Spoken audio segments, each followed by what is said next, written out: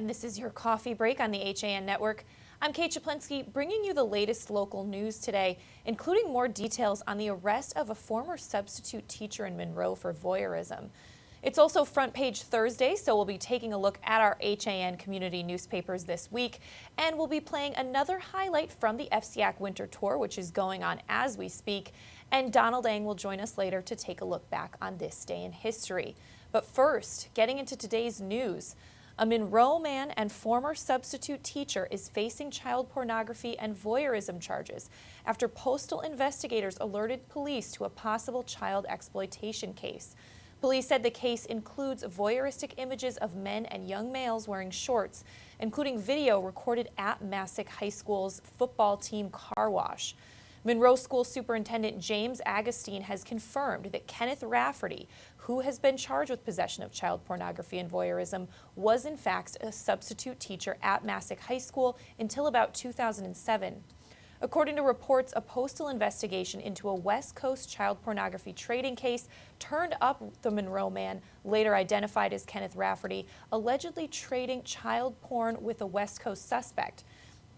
Investigators got subpoenas for the internet information used to conduct the transfers, which is how Rafferty was identified.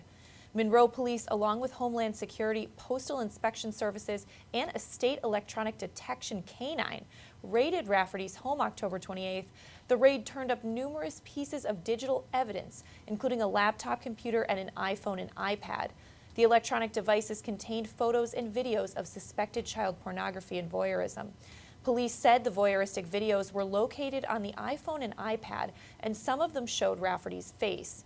In the videos, he allegedly tried to record video up the shorts of male victims in an attempt to capture images of their genital regions.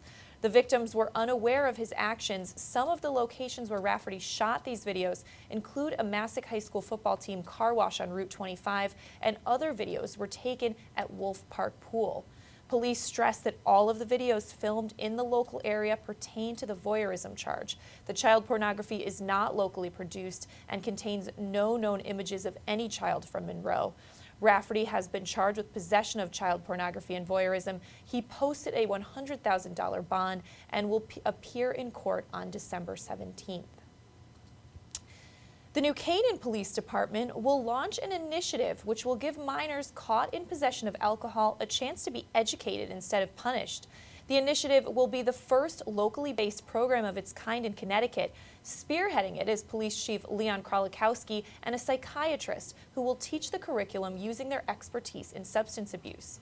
According to the state of Connecticut's Coalition to Stop Underage Drinking, high school students consume 1.1 billion cans of beer annually. Here's how the new program could work. For example, if an officer is called to a large party of underage drinkers, the officer will use their discretion on who is charged and what they are charged with. They can charge everyone at the party if they have probable cause, or the host, or do what they deem necessary. Attendees who are not initially charged can still be charged after the fact if the officer proves they were culpable in some way. And they will then be given a choice. They can either be charged after the fact or they can start a program.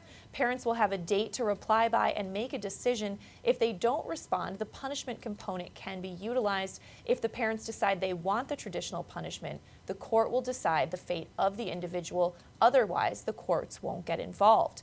But for more details on that new program, visit ncadvertiser.com. In Stratford, disturbing new details have been released in the sexual assault case against a teacher's aide. WFSB reports that according to an arrest warrant, 46-year-old Kyle D'Amato Cushel is being accused of having a sexual relationship with a minor. She worked at Worcester Middle School, and once allegations came to light about a possible inappropriate relationship with a student, she was pulled from the school. However, details from the arrest warrant reveal the Department of Children and Families once investigated the teacher after the victim first mentioned the relationship. Police, they say, got involved in October, but just months before, according to officials, the victim had triggered a DCF investigation when he admitted to a therapist to having this relationship with a teacher. However, it wasn't until D'Amato Cushel reported a break-in at her home that police began to find out more details. According to police, it was the victim who was in her home on October 1st, allegedly on a nightly visit. The warrant said that the victim said he would go to Kyle's house every night on a regular basis. He would knock on her bedroom window and she would let him into the house. The teen also told police that he admitted to having sexual intercourse with Kyle and has been since the summer of 8th grade. Throughout the investigation, police said they found text messages between the two discussing money. Investigating officers said the text messages between the two showed that D'Amato Kushel had given the victim money for clothes and to stay quiet about their relationship. Well, according to the Associated Press, the Metropolitan Transportation Authority is banning alcohol on the Long Island Railroad and Metro North Railroad trains and stations during this weekend's costumed pub crawl in New York known as SantaCon. The transit agency said the intent is to maintain orderly travel and safe station and terminal operations. Alcohol will not be permitted on the Long Island Railroad trains and in stations from 11 p.m. Friday through noon on Sunday. Alcohol will also be banned on the Metro North Railroad trains and in stations from 5 a.m. Saturday through noon on Sunday. MTA police officers will be on duty at Penn Station, Grand Central Terminal stations, and trains to enforce this restriction. Police say they will confiscate any alcoholic beverages and issue summonses carrying fines or imprisonment.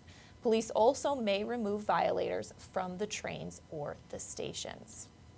Well, switching gears right now, taking a look at today's weather, it's going to be sunny with a high of 58 degrees, if you can believe it. Some fog expected late tonight, only dropping down to a low of 41 this evening. Tomorrow, again, a high of 58 expected and partly cloudy, and we might break some records for this time of year this weekend, with temperatures going up even more to 63 degrees in Shelton. Well, we're going to take a quick break. When we come back, Donald Eng is going to join us for a look back on this day in history. We're also going to check out another highlight from our Winter FCAC tour, and we have a lot more news coming up on your coffee break after this.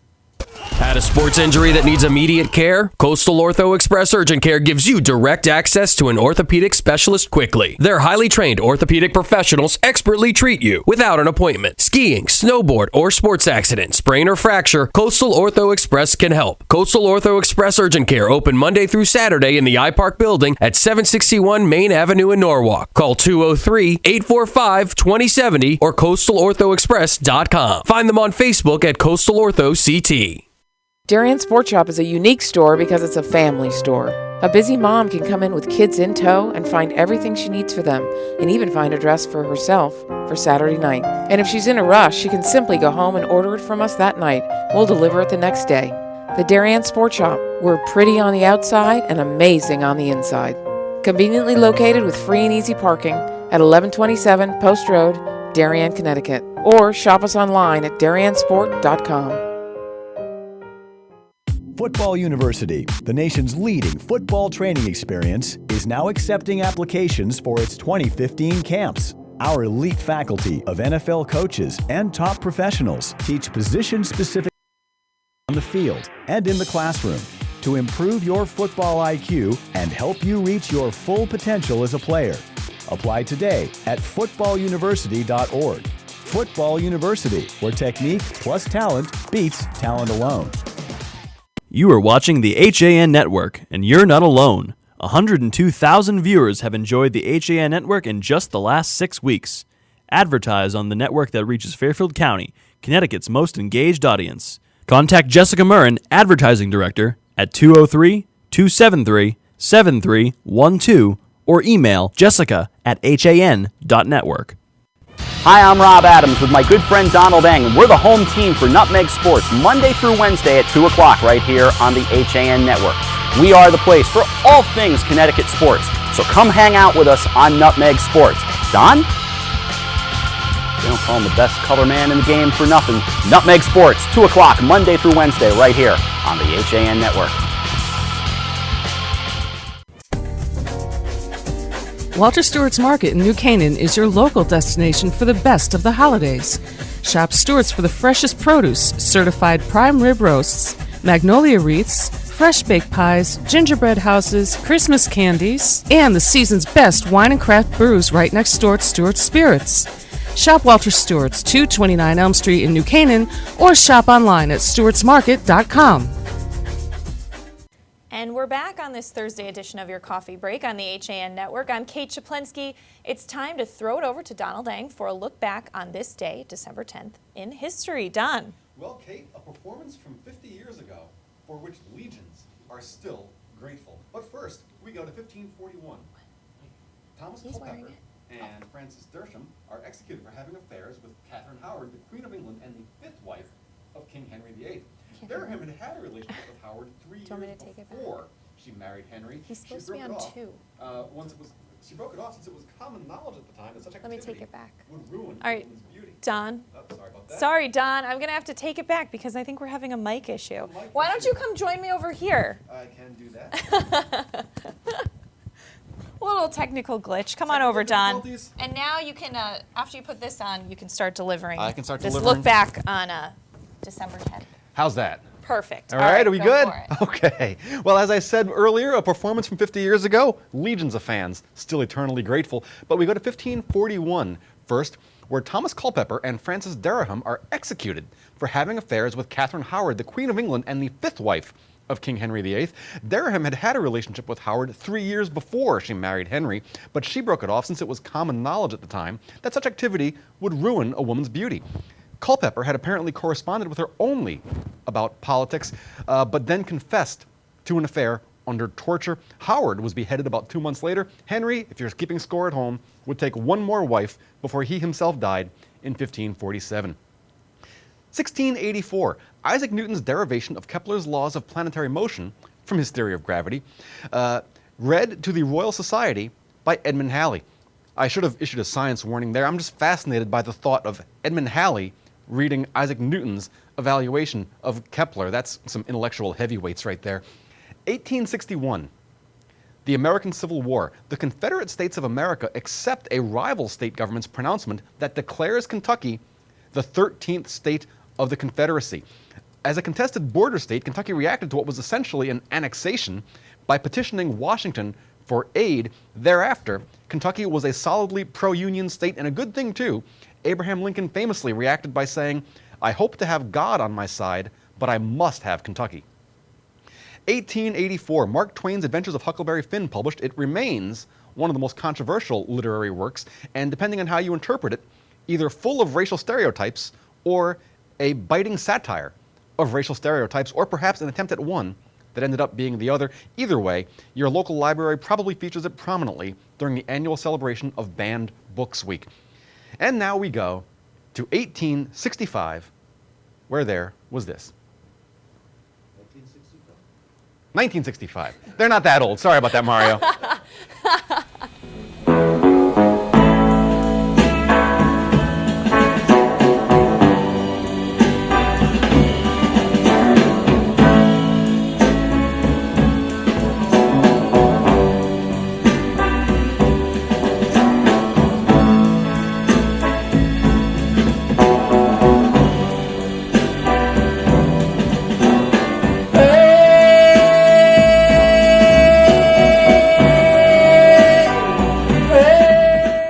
That is the first concert by a band called The Grateful Dead. It had formed a few years earlier and played under various names, but today is the 50th anniversary of a band called The Grateful Dead. That is your look back in history, and I am a mellowed out Donald Ding. Wow, Don, you're becoming the Gallagher of history reporters with all these props, props, you're bringing on. Actually, we've got to give thanks to Mario Recupero on the other side of the screen there. I did actually liberate this from his desk without actually technically asking him. So Mario, I'll put it back. Sorry about that. All right, Don. Well, thank you so much. Now, a lot of our crew today, as Don sneaks out, is on the Winter FCAC tour this week, as we've been saying. Right now, they're at Trumbull High School. Later on today, they're going to be going to both Fairfield High Schools, Fairfield Ludlow and Fairfield Ward.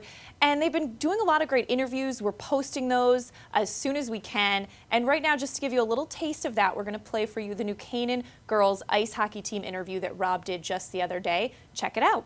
This HAN Network video is brought to you by Innovative Health and Rehabilitation. All right, this one sounds like it's going to be an interesting chat here. We've got the girls ice hockey team at New Canaan High School with Dave Stewart down at the other end. I'm Rob Adams. Let's let them say hello, and then we'll chat with them. We'll start right here. Who are you? Hi, I'm Kate McMahon. I'm Catherine Granito.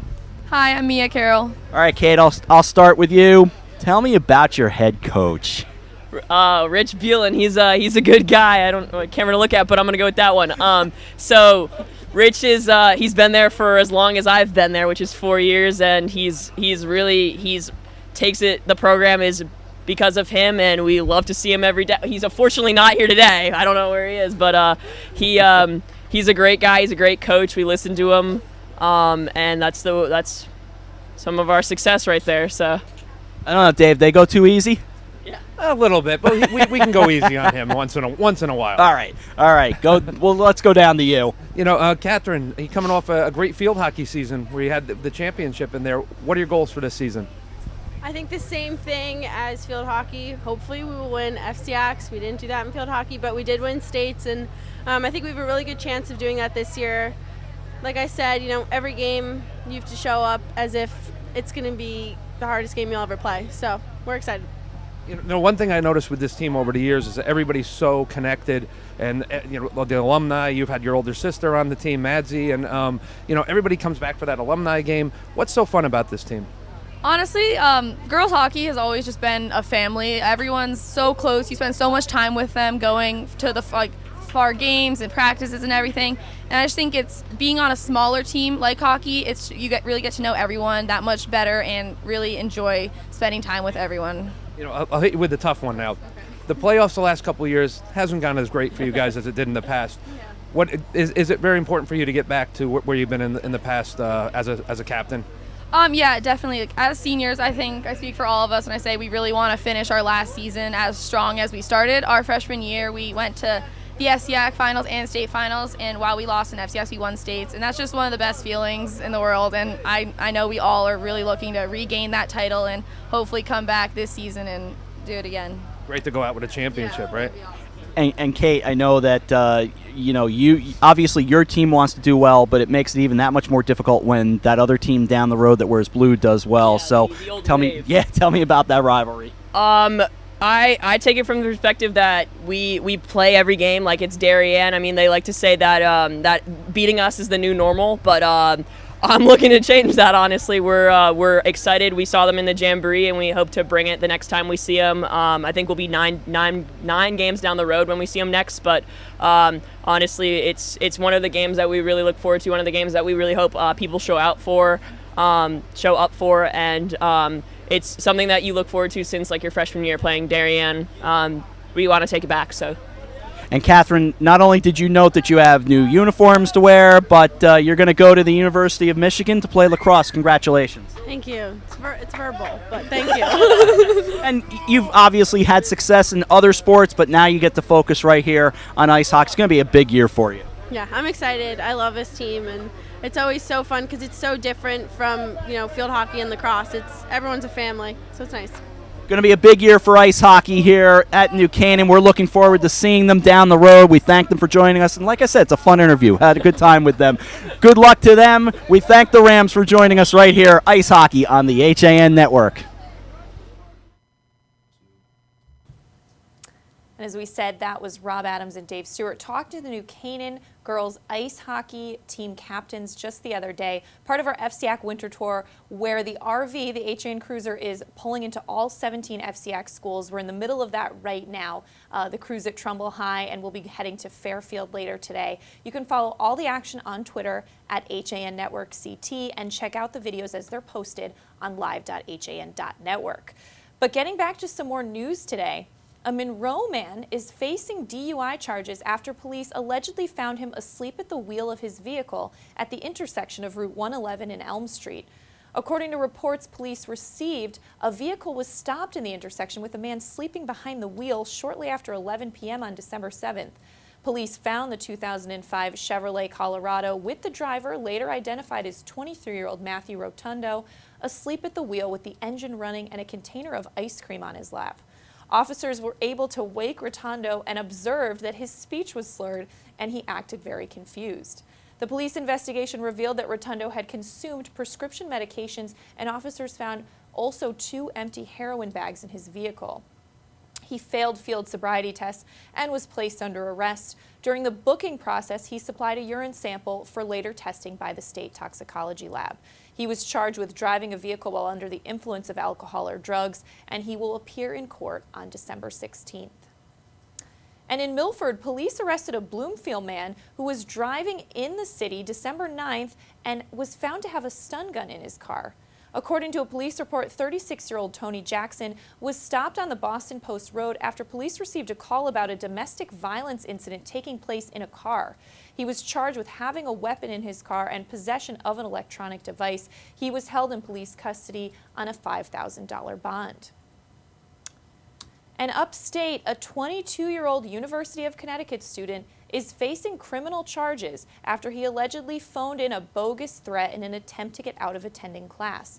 The Hartford Courant reports the incident occurred just after 11 a.m. on December 3rd when the student called campus police and told them that he had been notified by a friend that had reportedly witnessed 3 suspicious men carrying large duffel bags into a classroom on campus.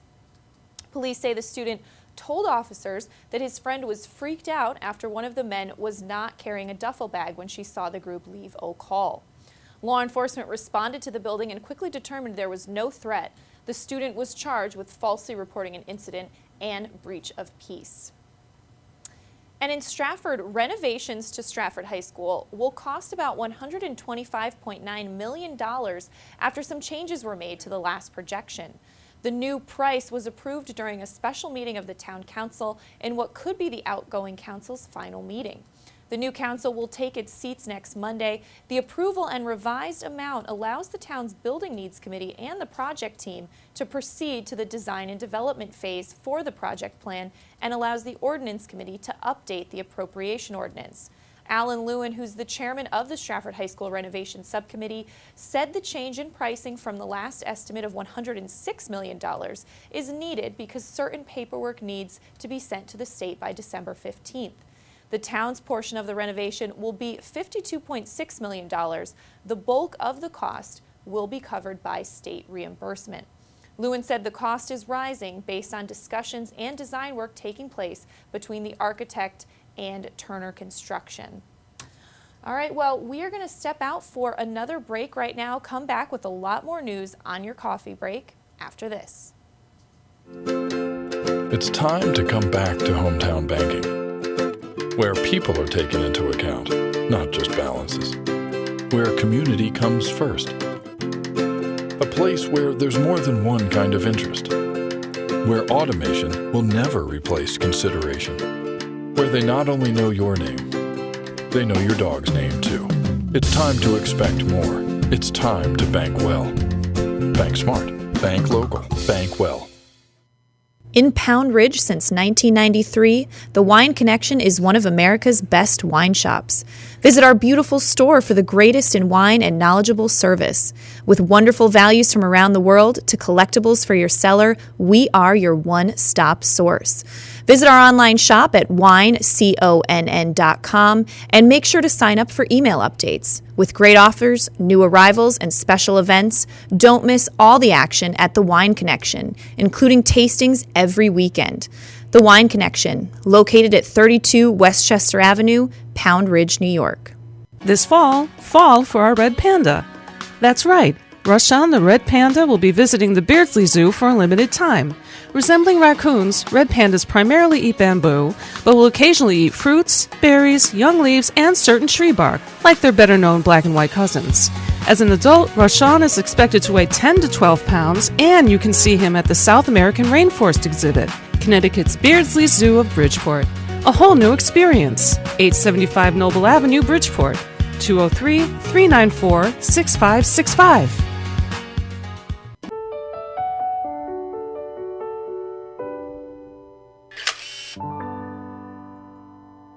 Find over 1,000 special stories at Hospital for Special Surgery. Go to hss.edu/backinthegame. I was jogging 5 months after my cartilage tear. Skiing a year after hip surgery. And playing grandma 4 weeks after hip replacement. One special hospital, 1,000 special stories. See Connecticut patients at hss.edu/CT.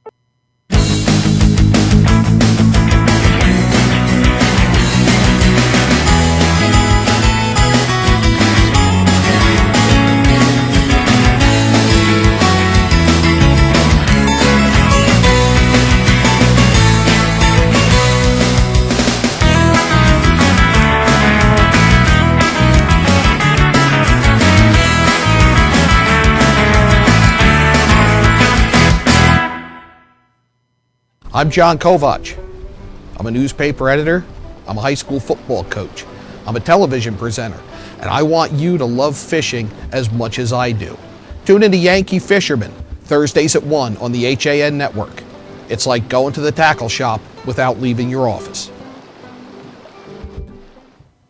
And we're back on this Thursday edition of your Coffee Break on the HAN Network.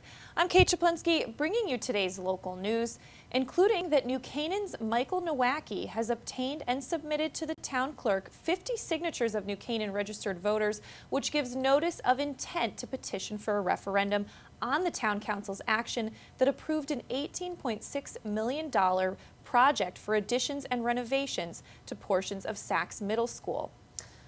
The intent to petition form just submitted did not say that the petition would seek to repeal the town council's approval of the Sachs project. New Canaan Town Clerk Claudia Weber sent an email to the Advertiser on December 9th saying she had received the notice of intent to petition for a referendum. The next step in Nowacki's effort to get the town council's action on Sachs repealed by referendum is to submit about 625 signatures of registered New Canaan voters to the clerk by January 3rd on a form that will state that the referendum would repeal the council authorization. And in Milford, some familiar faces will star on the popular Food Network show Chopped on December 15th.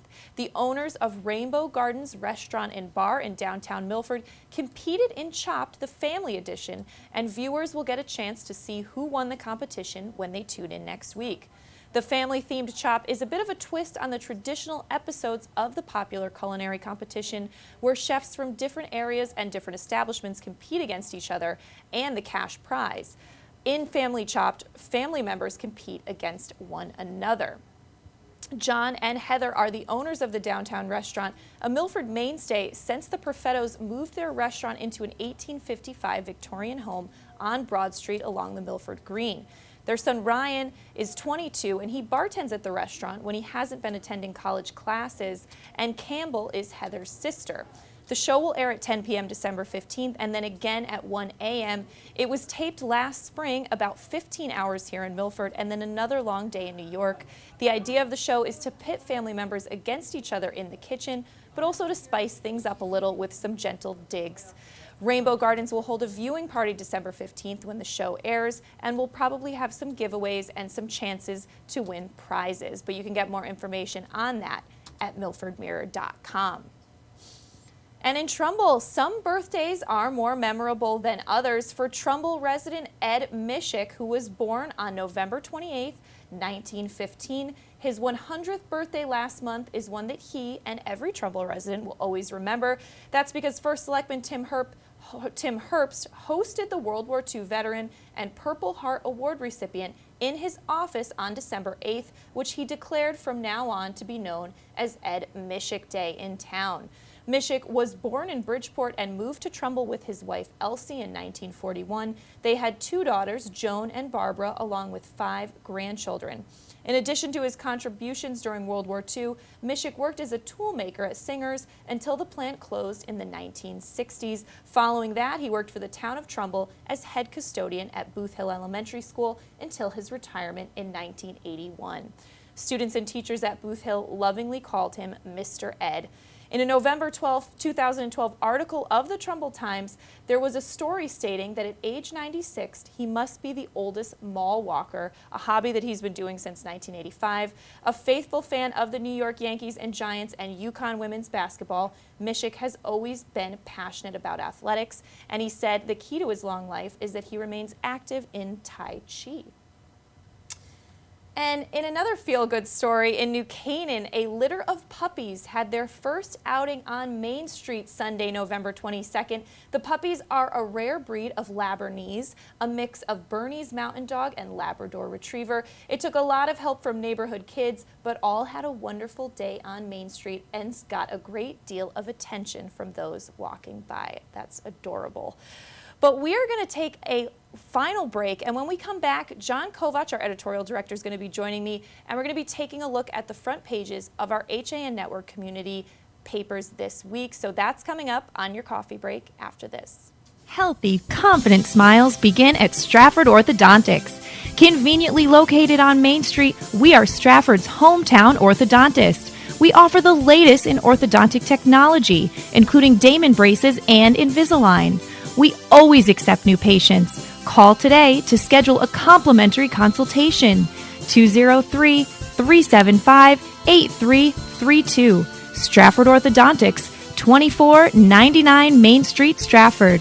203-375-8332. And online at stratfordsmile.com. While the temperatures are cooling down, the fall bite is heating up. Albies, bonita, blackfish, alligator blues, and stripers are following the large schools of bait that are abundant in the Long Island Sound. If you love the New England coast during autumn, this is the time to be on the water.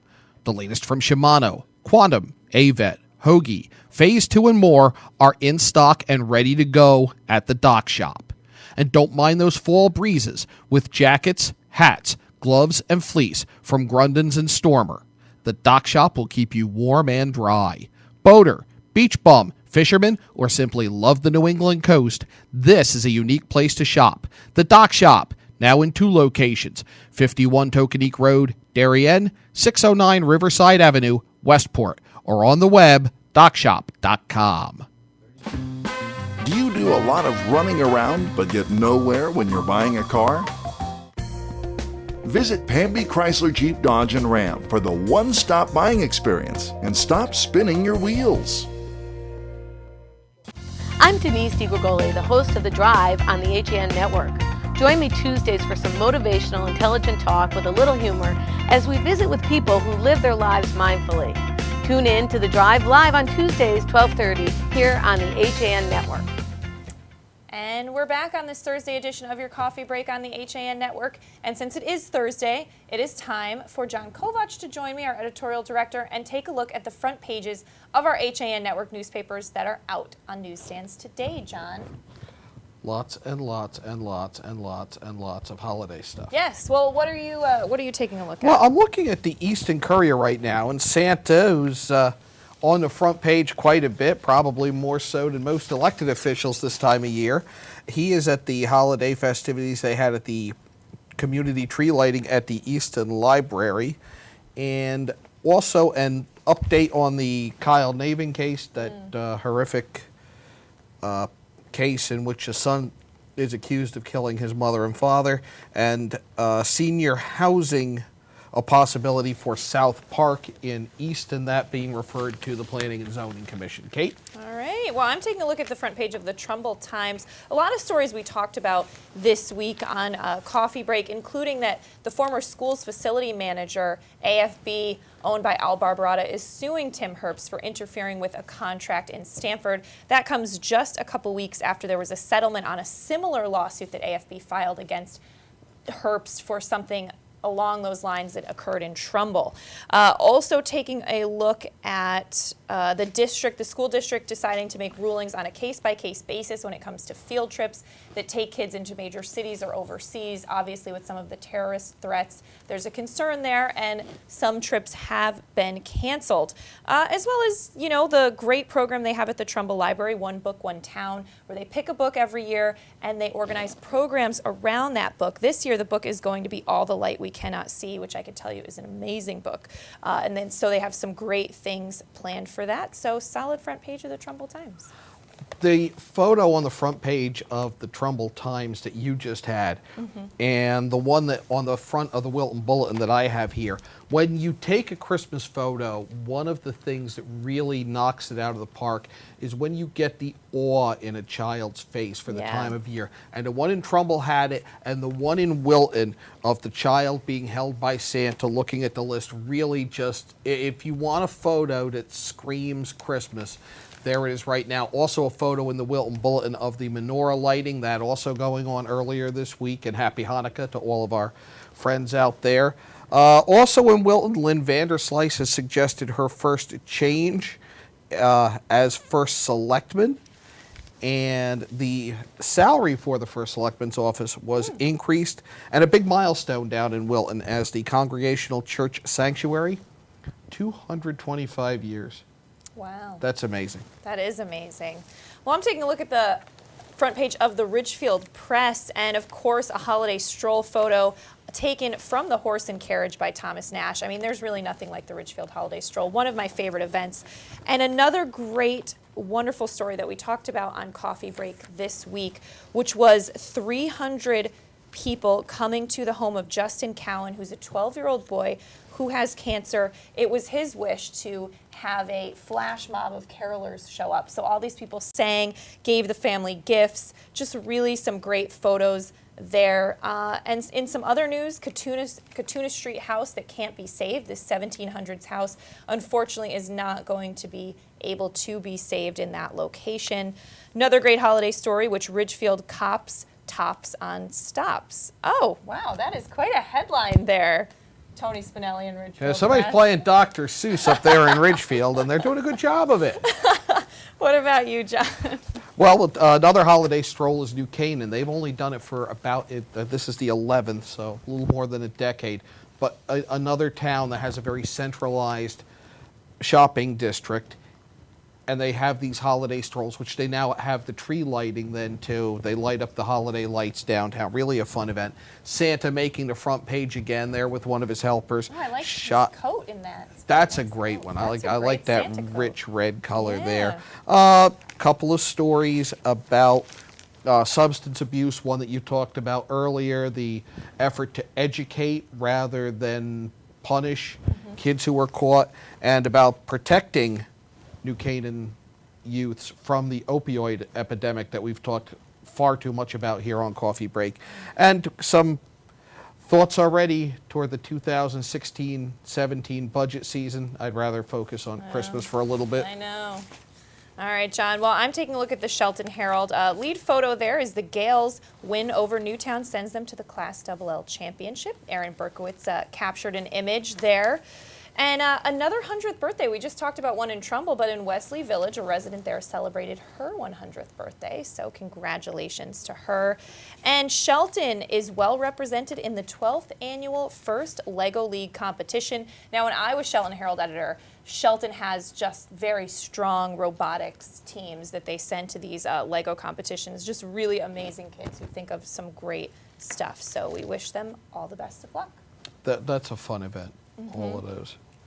Taking a look at the Stratford Star, a lot of stories that you talked about earlier, the Stratford High renovations, price tag, the former aide being charged. Stratford Stage Group wants a vote. We're seeing a lot as you have the transition, not just of old council members to new, but party control there in Stratford. And Santa's better half, Mrs. Claus, who stopped by Perry House with an adorable little child on the front of the Stratford Star. Love that shot. So cute.